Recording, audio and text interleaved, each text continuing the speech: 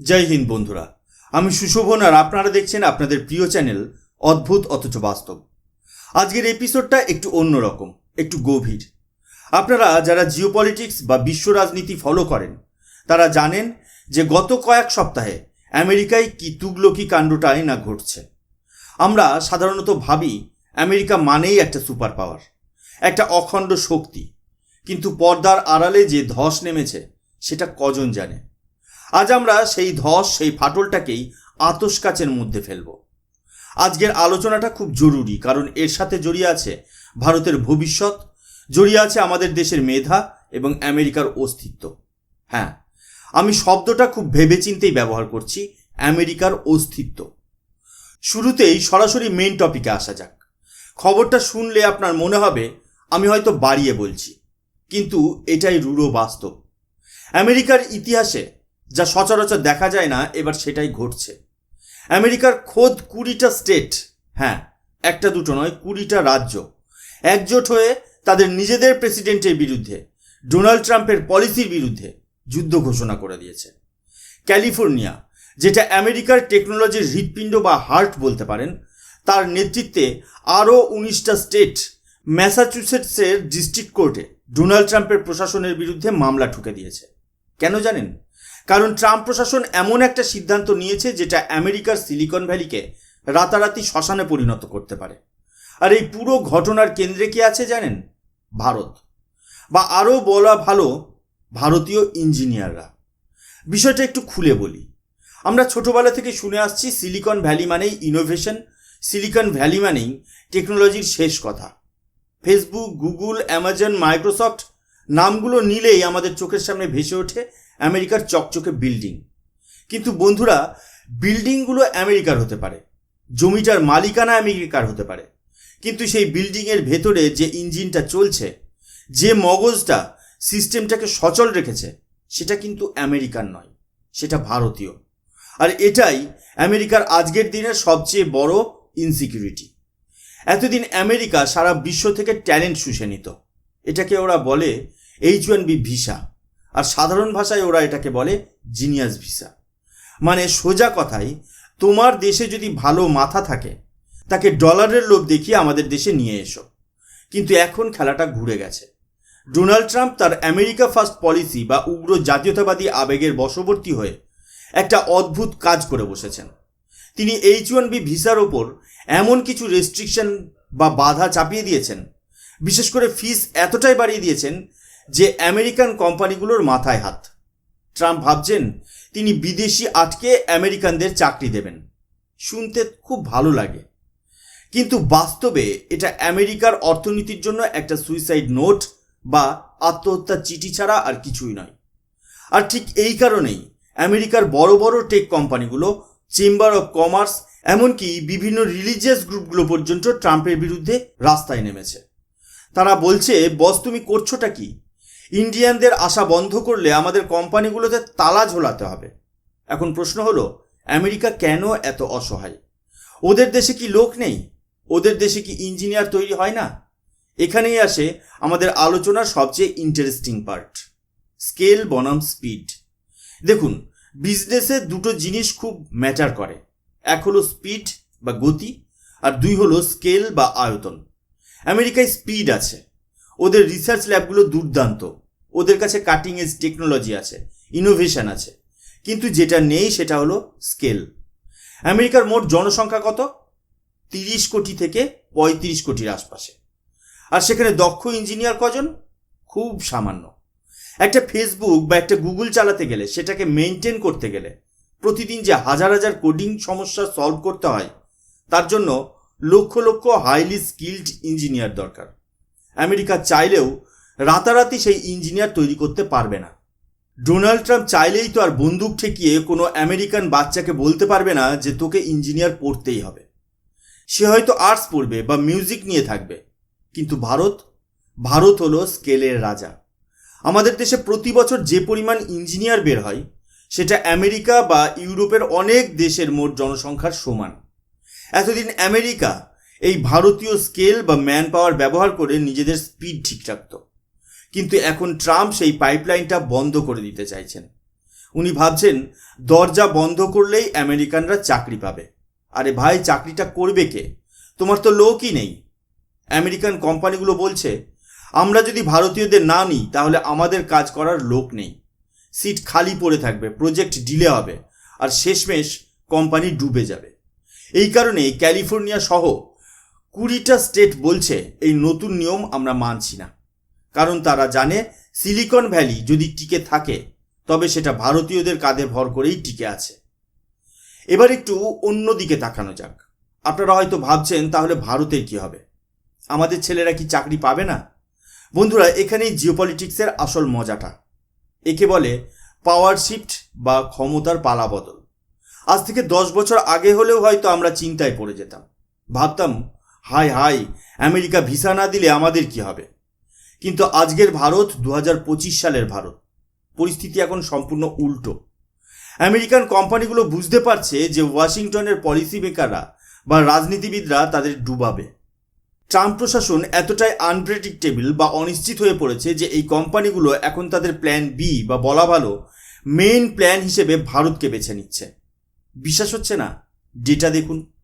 Recently Microsoft ঘোষণা করেছে যে তারা ভারতে $17.5 বিলিয়ন ইনভেস্ট করবে। অ্যামাজন বলছে তারা $35 বিলিয়ন ঢালবে। Google 15 billion, Intel 14 billion. সব মিলিয়ে আগামী 5 বছরে প্রায় 80 থেকে 82 বিলিয়ন ডলার ইনভেস্ট হবে ভারতে। ভাবা যায় এই বিপুল পরিমাণ টাকা তারা কেন ভারতে নিয়ে আসছে?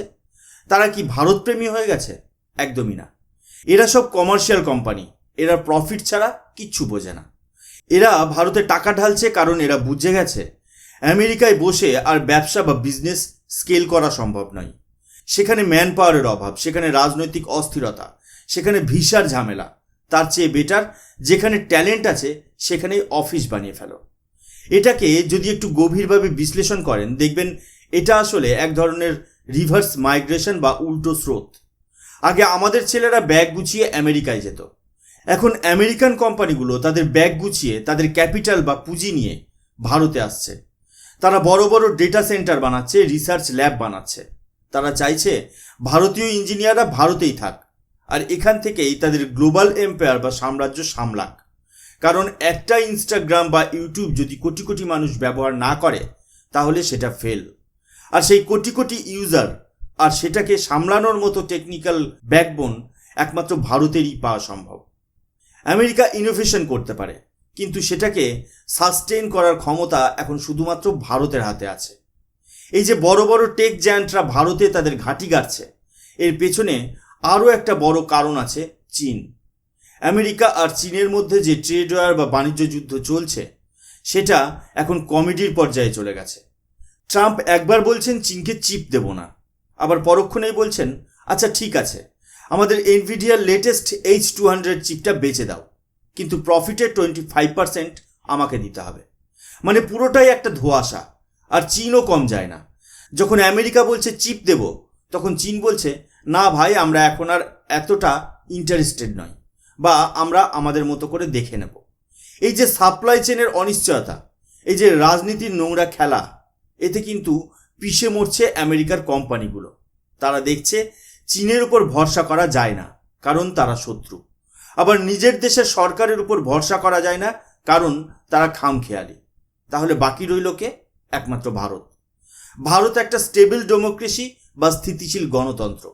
এখানে আইনের শাসন আছে, এখানে বিপুল তরুণের প্রজন্ম আছে, আর সবচেয়ে বড় কথা এখানে মেধার কোনো অভাব নেই। তাই আমেরিকান কোম্পানিগুলো এখন নিজেদের অস্তিত্ব বাঁচাতে ভারতের পায়ে এসে পড়ছে। এটা কোনো দয়া দাক্ষিণ্য নয়, এটা তাদের প্রয়োজন। তারা তাদের রিস্ক হেজ করছে। তারা জানে কাল যদি আমেরিকায় আরও কড়াকড়ি হয় বা কাল যদি সিলিকন ভ্যালিতে কাজ করা অসম্ভব হয়ে পড়ে তখন বেঙ্গালুরু, হায়দ্রাবাদ বা পুনে তাদের বাঁচাবে। আজকের এই পরিস্থিতিতে দাঁড়িয়ে আমাদের অর্থাৎ ভারতীয়দের মানসিকতা বদলানোর সময় এসেছে। আমরা এতদিন ব্রেন ড্রেন বা মেধা পাচার নিয়ে অনেক কেঁদেছি।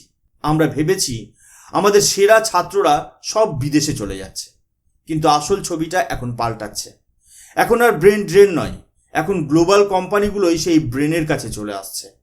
আমেরিকা যদি তাদের দরজা বন্ধ করে তাতে ভারতের ক্ষতি নেই, ক্ষতি আমেরিকার। কারণ ট্যালেন্ট বা মেধা হলো জলের মতো, সে তার পথ খুঁজে নেবেই। আমেরিকা না হলে তারা ইউরোপে যাবে, জাপানে যাবে, কিংবা ভারতেই থেকে যাবে। আর যদি এই ট্যালেন্ট ভারতেই থেকে যায়, তাহলে আগামী 10 বছরে সিলিকন ভ্যালি ক্যালিফোর্নিয়ায় থাকবে না, সিলিকন ভ্যালি তৈরি হবে ভারতের মাটিতে।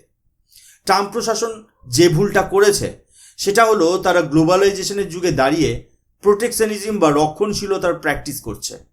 ভেনেজুয়েলা থেকে ড্রাগ আসছে বলে পুরো দেশটাকে উড়িয়ে দেওয়া যেমন বোকামি, তেমনি H1B ভিসার কিছু মিসইউজ বা অপব্যবহার হচ্ছে বলে পুরো ট্যালেন্ট পাইপলাইন বন্ধ করে দেওয়াটাও আমেরিকার অর্থনীতির জন্য আত্মঘাতী সিদ্ধান্ত। হ্যাঁ, H1B ভিসার অপব্যবহার হয়, এটা অস্বীকার করার জায়গা নেই। কিছু কনসালটেন্সি ফার্ম শর্টকাট নেয়, কিন্তু তার সমাধান হলো কড়া নজরদারি বা রেগুলেশন, দরজা বন্ধ করা নয়। কিন্তু কে বোঝাবে ট্রাম্পকে? আর তিনি বুঝছেন না বলেই তার নিজের দেশের স্টেটগুলো, তার নিজের দেশের ইন্ডাস্ট্রি লিডাররা আজ তার বিরুদ্ধে কোর্টে দাঁড়িয়েছে। বন্ধুরা, এই পুরো সিনারিওটা আমাদের একটা কথাই মনে করিয়ে দেয়, সময় বড় বলবান।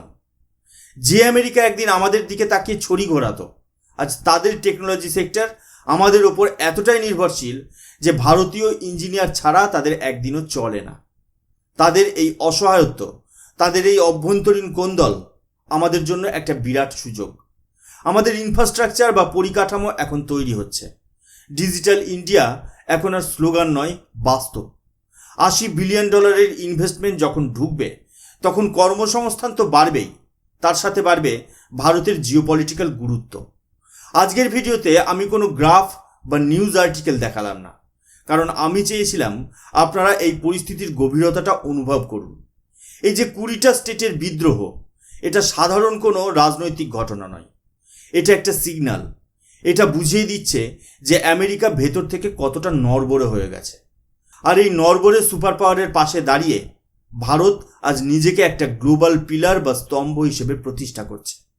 আপনারা কি মনে করেন, ট্রাম্পের এই নীতি কি শেষ পর্যন্ত আমেরিকার আইটি সেক্টরকে ডুবিয়ে দেবে? আর এই যে বিলিয়ন বিলিয়ন ডলার ভারতে আসছে, এটা কি আমাদের দেশকে আগামী দিনের টেক ক্যাপিটাল বা প্রযুক্তির রাজধানী বানাতে পারবে? আপনাদের মতামত কমেন্ট সেকশনে অবশ্যই জানাবেন, কারণ আপনাদের প্রত্যেকটা কমেন্ট আমি পড়ি এবং সেখান থেকেই পরবর্তী ভিডিওর রসদ পাই। আজকের বিশ্লেষণ এই পর্যন্তই। যদি মনে হয় এই কথাগুলো যুক্তিসঙ্গত, তাহলে ভিডিওটা শেয়ার করে অন্য কেউ জানার সুযোগ করে দিন। দেখা হবে পরের এপিসোডে আরও একটা অদ্ভুত অথচ বাস্তব সত্য নিয়ে। ততক্ষণ পর্যন্ত জয় হিন্দ, জয় ভারত।